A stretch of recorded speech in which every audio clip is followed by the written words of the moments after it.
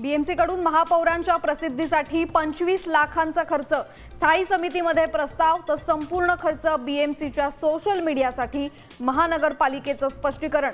कागदपत्रामध्ये मात्र रितू तावडेंचाच उल्लेख, तर बालहट्ट कधीपर्यंत पुरवणार, किशोरी पेडणेकरांचं टीकास्त्र।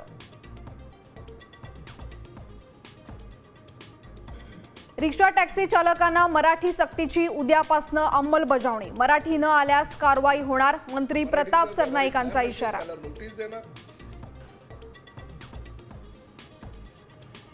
4.5 लाख सरकारी कर्मचाऱ्यांच्याकडून लाडकीच्या हप्त्यांची लूट, लाडकी बहीण योजनेमधनं 92 लाख अपात्र महिलांची नावं कापली, सरकारचा आर्थिक भार कमी झाला।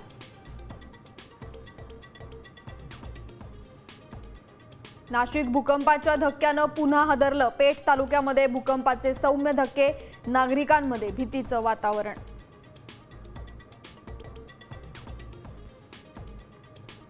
मराठवाड्यामध्ये शेतकऱ्यांची चिंता वाढणार, केवळ आज आणि उद्या पाऊस बरसणार, नंतर गायब होण्याचा हवामान विभागाचा अंदाज।